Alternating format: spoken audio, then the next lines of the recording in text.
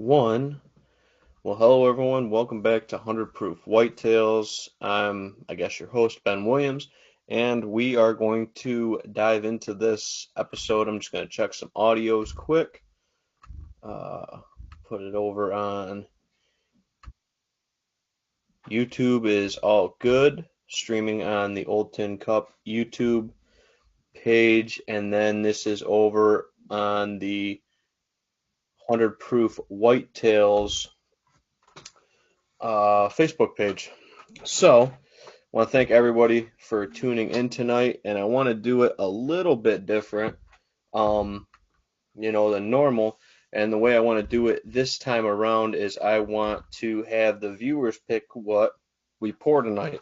Had a little opening pour, so I could stick with that one, but I wanted to do something a little different, and I wanted to get some of the viewers, on board with this and put it out there to those folks and let you guys pick what we partake in tonight. So we'll let a few people jump on and get it going here. Let me just check on a few housekeeping things while this is all good. There, that looks better so I can see stuff. Comments, views.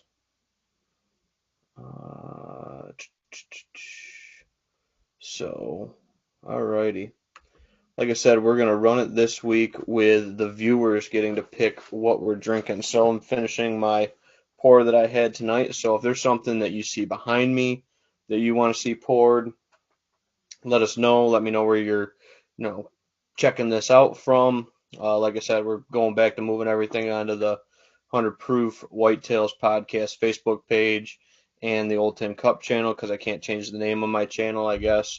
I've been trying with it, but no such success. So if you guys want to let me know what to pour tonight, I'll pour up the first drink. And who's been out there enjoying this beautiful, beautiful weather that we've had going on today? I mean, I think it hit 79 today, almost 80 degrees here in, early, I guess, April, I'd call it.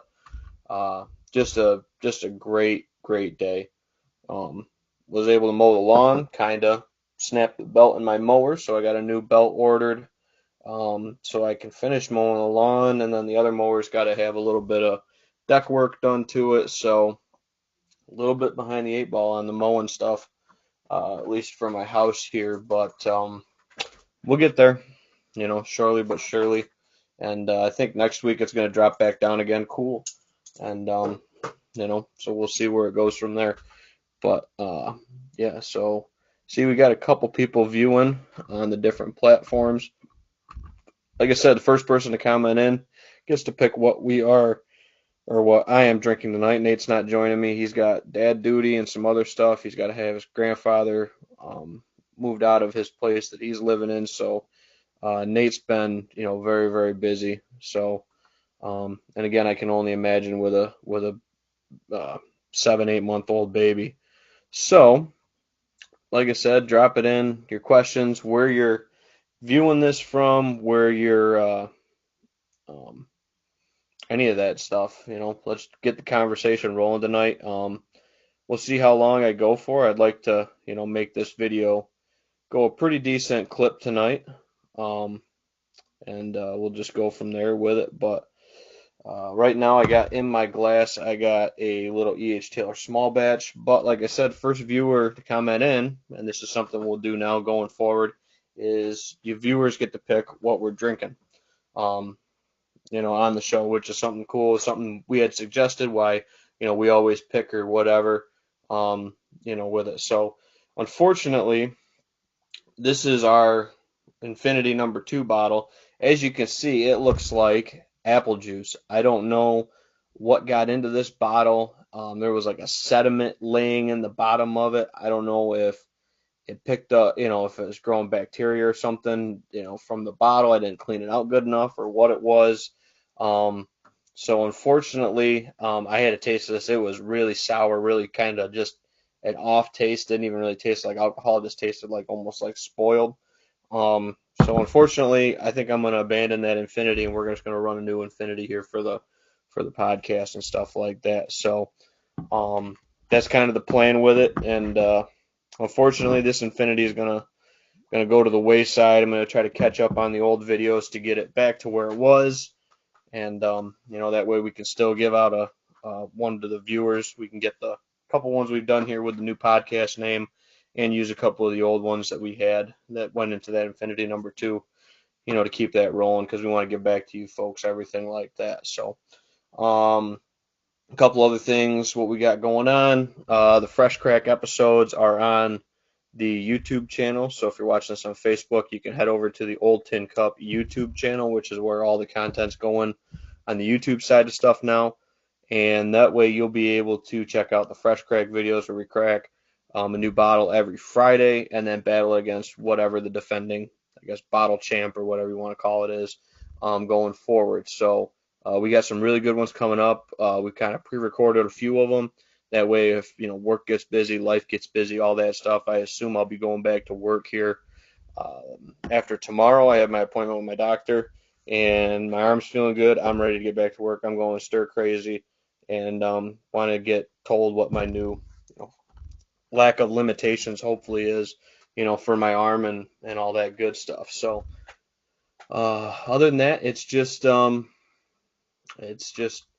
rolling right along. Haven't been able to do much habitat work just because of limitations with my arm. Had to cancel a bunch of habitat consulting work. Done a few property visits here and there. Went down, saw the guys from Wellsville at the NDA event last week. That was a good time. Catch up with Sean and see a few people, Billy from Pertnear and those guys. It was just a good time all around, and let me get out of the house and do something that I was able to do. But anyway, got a few people tuning in now, so yeah, guys, let's get the conversation rolling. Where's everybody tuning in from? What's your questions? What you got going on this time of the year? Keep these kind of Q&A sessions rolling and keep the content relevant for what you folks are wanting to see and talk about, and then that way, we'll get right to the bones of what people want to know. And then, like I said, whatever you want to see me pour next, feel free to give a shout out for a whiskey or a bourbon, rum, if it's something that I got here, maybe something that you want to see added to the show, we'd love to feature it. If not, I will do probably a shout out and do small pours from folks that have sent in recommendations going forward. So, cheers to everyone at home. That's good. I would pour more of that, but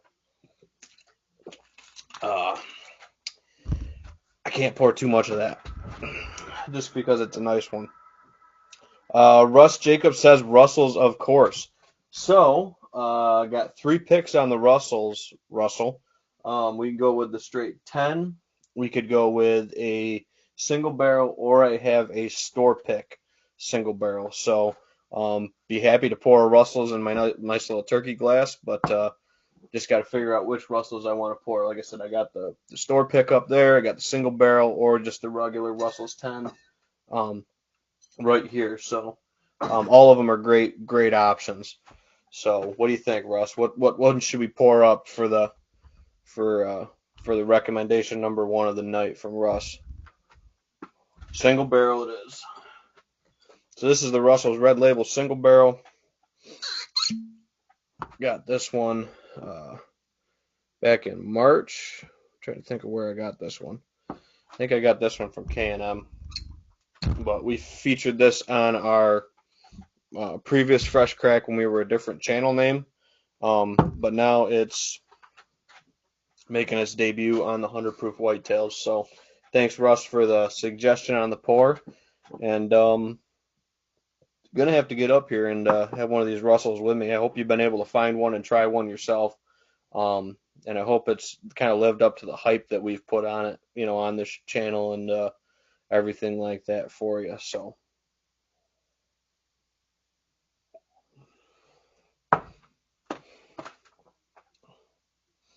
man, those are just such good bottles. If you can find these, these are phenomenal. I know Keith just picked one up the other day.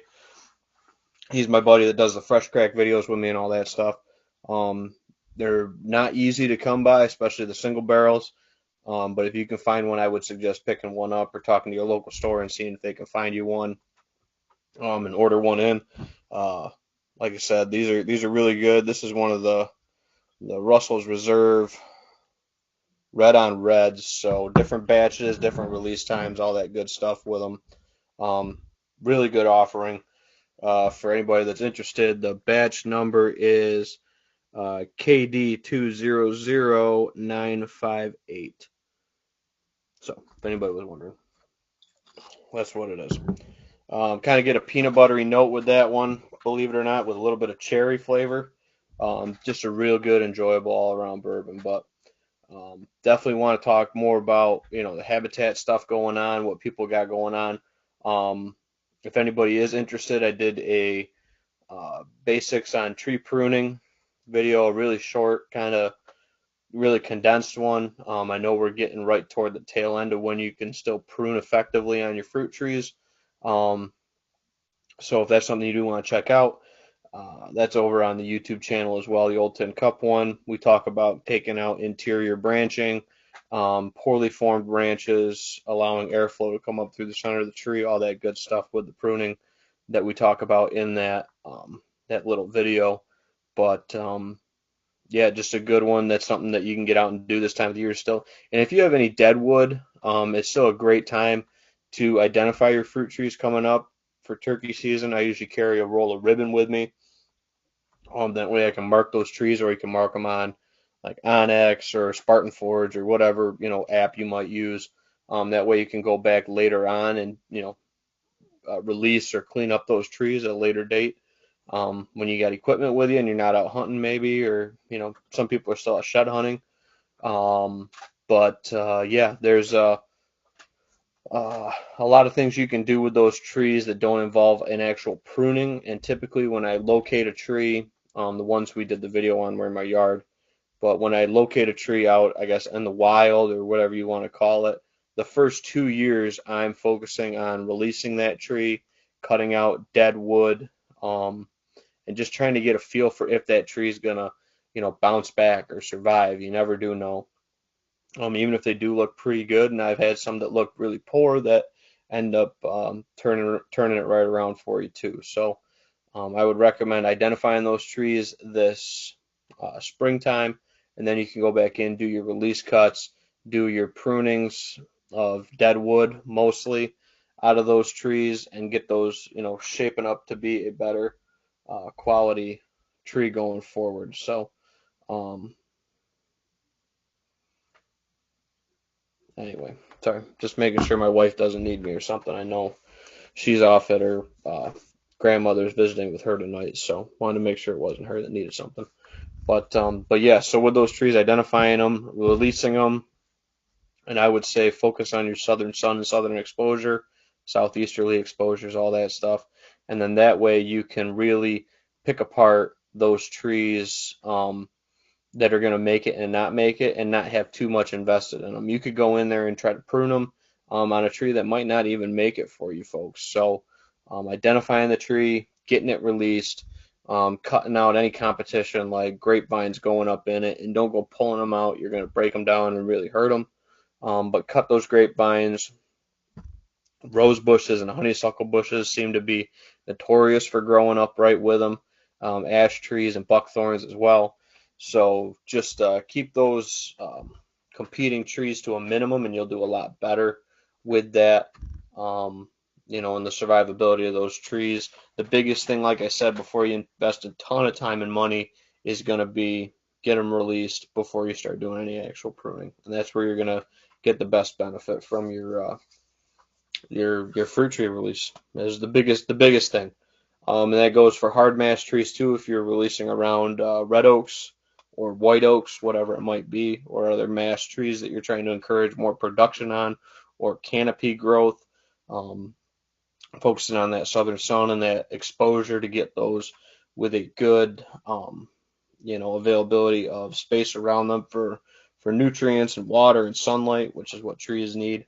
Um, reach their potential and to expand their mass production. That's one of the biggest things is canopy reduction around those mass trees to get that production numbers up. So that's a great thing you can get out there and do this time of the year. Today would have been actually a pretty warm day to be running a chainsaw. Like I said, the only thing I was doing today was mowing the lawn and a couple other things with that. So other than that, moving forward, oh, I had a comment come in. Russ says, cheers. Cheers, Russ. Thank you for the suggestion on the bourbon for tonight.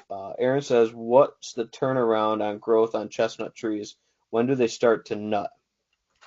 So that is a great question, Aaron. And actually, I was going to do a video on it the other day, but my phone died when I was over at my family's property doing a little bit of work on the tractor.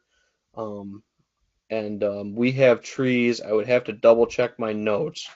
I believe we planted them in I think 15. I would have to go back and check.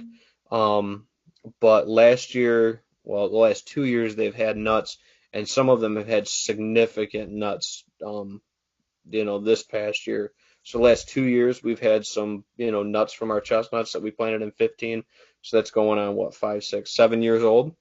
And they were probably 2 foot, just little saplings when we put them in. Now they're 15, 20 foot tall. We got to cut the tubes because they're growing right up, to the tube diameter. So we got to cut them so they don't girdle the tree out. So the turnaround on growth of those chestnuts, if they're in pretty well drained soils, I mean, not like super dry and super rocky, but on like a nice, well drained, loamy soil with adequate, southern exposure for, sunlight and everything like that, full sunlight. Um, and if you can keep the grapevines from growing up in them and competing vegetation around them, put a tree tube on them to let them get up and growing and established. We'll put a video up on the channel highlighting those trees and talking about it because we cleaned up around them really nice this year. I had the tractor over there doing some work with it, and so I was able to get some of that pushed back that we haven't got pushed back in a few years, which is nice. So we'll definitely highlight those, but yeah, it was going on 7 years, I think it would be now, 7, 8 years old, and they're producing, which is a pretty quick turnaround. I was pleasantly surprised. And then some of them don't have nuts on them because those are going to be the male plants. So there's going to be males and females. Those were the hybrid chestnuts that I had. Those weren't Dunstans. Those were like the Chinese hybrids. And I'm pretty sure a few of them are males. Either that or maybe they're just not producing flowers yet to make the nuts. So, but yeah, the chestnuts, those are a good varietal, and they don't stay on the ground very long. They're gone. Make sure you're not planting horse chestnuts because deer don't eat horse chestnuts. I've never seen them eat horse chestnuts.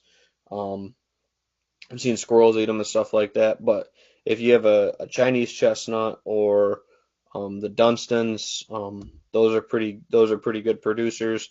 They're pretty hardy for our grow zones up here. I have a guy I know, Anthony. He's got a bunch down in like Smithville area, so other side of Norwich, down in that area, which is a different grow zone than us, a little bit colder, a little bit a harder grow zone, I guess.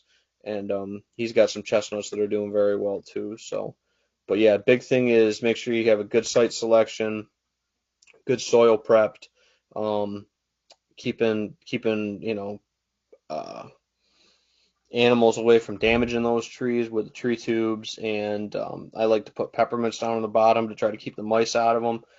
Keep checking on those tubes throughout the winter time to make sure that the voles and stuff like that and the mice aren't getting in the tubes and girdling your trees. So we usually use a tree tube and a bark guard on those trees, and then once they get now 8, 10 years old or so, keeping an eye on to make sure that the tree tubes aren't going to girdle those trees. So we're going back in and starting to put relief cuts in those tubes on those trees now. So, and they look phenomenal. I mean, a couple of them are 15 to 18 foot tall, and there's a pile of the nut husks underneath them. So, great question, Aaron, on the chestnut trees, and yeah, I think they're a great asset. Maybe this year I'll put a camera on one of them now that they're producing really heavy and get going there going forward. But like I said, I'm ready to go. I have a couple ash trees I got to take down around that area anyway. So as soon as I get the A-OK from the doctor to get out there, I got to drop a few ash trees and um, I got the tractor over there, pull some firewood out from those trees and just release. And we got one that's going to be a future stand location that we want to take the ash trees down so the ash trees don't crash on one of them. We've had that happen with some trees here in the past couple of years that were around stand locations that were dead or dying trees that have just come down and wiped out stands or hit the stands and maybe not completely destroyed them, but some have been pretty, in ill repair or whatever, so to speak. So, but yeah, so I'm hoping to get that done back when I'm back after work. Working on that schedule after my full-time job of getting back there at the college. I'm looking forward to that. Talked to my boss today for a little while, and just wanted to touch base with him and let him know that my follow-ups tomorrow should be going back. I'm ready to go back. My arm feels good. Um, Everything like that. Had no tenderness, no pain, no anything like that with it. So hopefully can roll back with it. I'm assuming I'll be in PT of some form and some kind of weight restrictions or movement restrictions or something like that till it's bounced back to its former self or whatever. But definitely wouldn't recommend it to anybody. Don't tear that bicep, and if you do, definitely baby it. Glad I didn't have to have surgery or anything like that on it. And yeah, I think that's I guess definite good tip. If you can avoid trying to do something where you shouldn't be using it to tear it, don't do it. So, but yeah. So, other than that, missed my window for frost seeding. My clover, I might do some depending on what weather we get. I didn't want to seed before all these 70 degrees. I was actually getting some dusty conditions when I was out working with the tractor the other day at the farm. Soil was just literally drying out that fast with the sun and the wind and all that stuff. So the late frost seed or a mud seed wouldn't have been productive at all for us. Would have just been throwing seed on the ground to waste a good chunk of it. So um, me and my dad got to get out, take a ride, make a game plan for this year. I know we want to put in a bunch of corn because we're not going to be able to rely as heavily on some of our brassica blends that we've typically leaned on pretty hard. Want to try to get this white spot fungus out of the soil. And if we see turnips coming up this spring, probably spot spray them or maybe start to get a burn down before we start to plant corn here coming up. That's kind of the game plan. And we're not really looking at too much. There may be some rain coming Sunday into Monday. So, we'll see how that goes. But the rest of the weekend the rest of the week going into the weekend just looks great. 81, 80, 81, 80, 78 on Sunday with rain possible coming in Sunday night into Monday. I mean, you can't really, ask for much, better conditions like that. And if you do have, lawn at home, that's going to need to get mowed. If you're getting ready to start preparing some of these plots for planting here, in like late May, you might want to start thinking about getting a spray on them, start getting, the plot in a position to be, weed free going forward so you can have the most tonnage on that plot and you're not hindered by weed growth on it.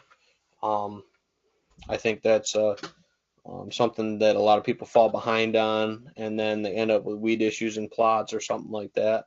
Or, like I said, you don't terminate the existing brassicas, and you have brassicas holding over with moist springs, and becomes a breeding ground for something like white spot fungus or maybe another disease in your field. So, soil samples, it's a great time to get out and take your soil samples, get that done, do some spring turkey scouting. It's a little late for shed hunting, but you can still find them. They're still, I'm sure, sheds out there. We got a pretty good pile this year. I think I ended up with 17 on the season, so pretty good year. A little bit lighter than I think my normal is right around 20, so a little bit lighter than normal. but a lot of small ones this year, which we kind of anticipated from, taking, a few nice bucks this year. We didn't have a lot of older, bigger sheds to find. And the deer were just really spread out with this light winter. We didn't really pull as many as we typically do. There's a lot of small groups of deer spread out on areas. Whereas in the wintertime, we usually suction a bunch of them in. So, like I said, I'm sure we'll still find some and find some old ones here this next year. The ticks got really bad really quick out on our place this year, which is something we've never really had to deal with. And I just got tired of picking them off the dog and the dog bringing them back in the house and all that good stuff. So even though he's got his little chewable that he takes for flea and tick prevention, once they bite them, they die. I don't like them in the house. It kind of jeeves me out. Obviously, it's not something I want, my wife to get, one bit or anything like that. So that's kind of why we put the pause on the shed hunting. Whether I'll get out there and do some more of it in the next couple days, we'll see. Like I said, I got some stuff I got to take care of with my follow up with my doctor, and then I'll be on the road for Friday, Saturday, and Sunday for property visits. So be down Wellsville area, Corning area, and then up in northern Wayne County at a property visit. So, and I'm booked out into June between property visits and family and friend events and stuff like that. A couple other things with, I guess, current events or whatever. If anybody is planning on going to the Pert Near Shed Fest, that is Sunday, April 23rd. That's at Windy Brew in Strikersville. I'll be going to that. I'll be probably doing some scoring, hopefully not as much as last year. I don't think I want to score every single shed, so to speak. But hopefully the weather's halfway as good as it was today, and it'll be a phenomenal event. Really looking forward to that. I'll be there. I got a pretty good deadhead entry, and then I got just two okay single sides. I'm going to bring my match spike set for best match entry. We'll see. We'll see if it takes the cake or not. But yeah, it'll be a good time. Always, good beer, good raffles, all that stuff. And they do it to raise money for the Upper Genesee National Deer Association branch. So it helps Sean and those guys. And then staying with the current events, talking about the NDA branches. In May, they have their archery event down there at the Wellsville Rod and Gun Club. That is going to be May 20th. I know it's during turkey season, guys, but that's an all-day event down there in Wellsville. They got a couple different courses. They have some novelty shoots and stuff like that going on. So just a cool all-around day down there. And again, that's going to be May 20th for the NDA event down there in Wellsville, the archery shoot competition and whatnot and fundraiser. And then April 23rd is the Pert Near Shed Fest at Windy Brew in Strikersville. So I think that kind of covers everything that I got going on over the next couple weeks or whatnot. And then this is one I won't be doing, but there is an archery shoot April 29th at Seneca Lake Duck Hunters, a captain and mate shoot. I doubt I'm going to be cleared to be pulling a bow back by then, so I'm out. But I know Nate is going to shoot with a guy that shot indoor leagues with us. His coworker Tim is going to shoot with him, and that's Saturday the 29th at Seneca Lake Duck Hunters.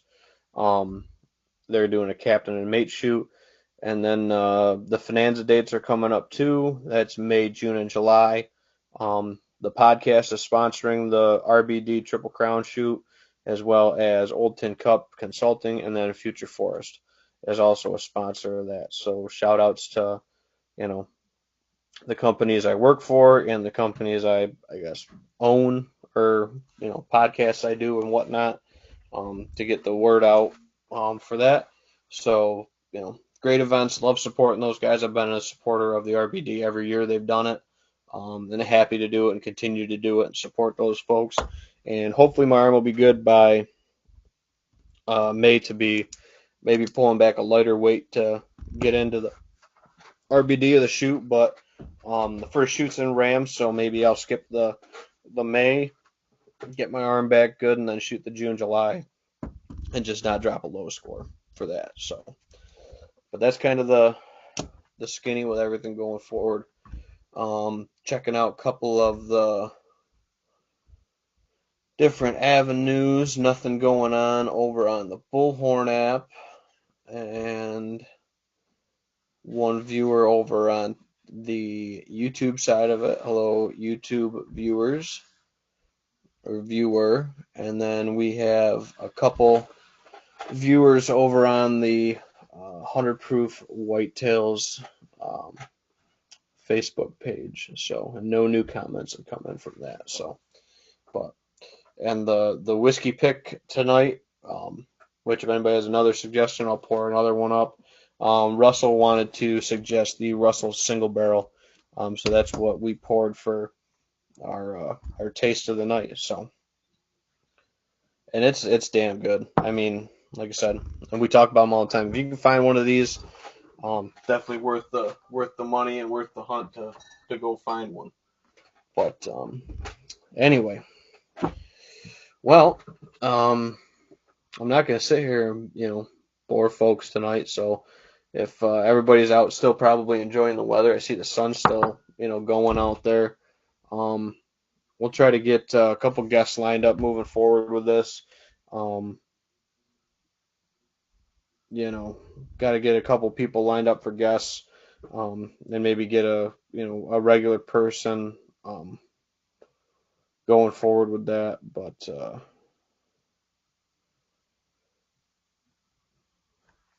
anyway, sorry, just text messages from folks I reached out to today. But I think we're just going to cut this really short. I think I'm going to go actually enjoy a pour out on the back patio with how nice the weather is. So I want to thank everyone for tuning into this really short episode tonight.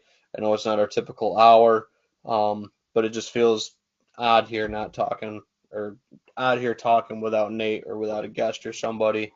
And we'll get a few guests lined up. I know everybody's busy right now coming out of those winter blues moving forward. But if anybody does have any questions that they want to ask that they don't want to ask live, by all means, you can shoot them over to the page, drop us a comment or a message or whatever, or you can, reach out to me on my email, otc.management@yahoo.com.